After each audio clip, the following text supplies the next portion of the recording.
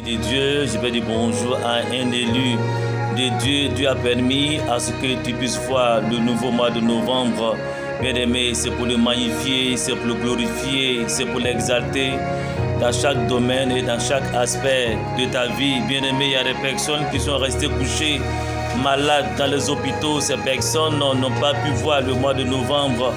Ne dis pas que Dieu t'a oublié, ne dis pas que Dieu t'a abandonné. Dans le psaume 50, verset 15, il dit: invoque-moi le jour de la détresse, je te délivrerai et tu me glorifieras. Je vais bénir un enfant de Dieu, je vais bénir un élu de Dieu, je vais bénir un fils de Dieu, le représentant d'une famille.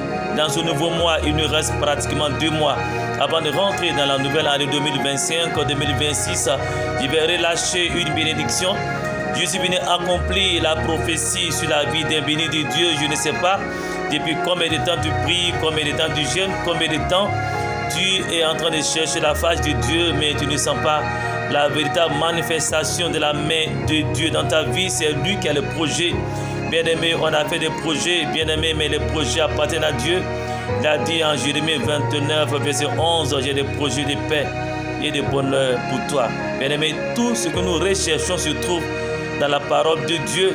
C'est pourquoi lorsque tu parles de projet, lorsque tu parles de mariage, lorsque tu parles de travail, lorsque tu parles de construire une maison avant la promotion, tout se trouve dans la parole de Dieu. Parce que ça, la santé, bien-aimé, on ne peut rien réaliser. C'est le docteur par excellence. C'est pourquoi, en cette fin d'année, il va recommander la vie d'un enfant de Dieu entre les creux de l'Éternel des armées. Il est le docteur par excellence. Où la médecine a échoué, ta main n'a pas échoué. Il veut dire ce matin, Seigneur, que l'ange de Dieu, que l'étoile et la destinée d'un enfant de Dieu soient cachées dans le creux de ses mains, afin que toute flèche empoisonnée, tout mauvais programme de l'ennemi échoue lamentablement au nom de Jésus-Christ. Tu dis amen, c'est de toi qu'il s'agit. Tu dis amen, ta famille est libérée. Tu dis amen, les chaînes tombent, toutes les captivités, tout ce qui est prison invisible est relâché, est brisé, afin que tu puisses sortir de la prison mystique spirituelle cachée. Qui a dit amen à cette parole? Je veux que cette parole soit liée dans le sang de Christ, afin que personne ne puisse s'opposer à leur réalisation et que cela soit établi dans le rang de l'esprit. Restez bénis, shalom, et que Dieu nous garde.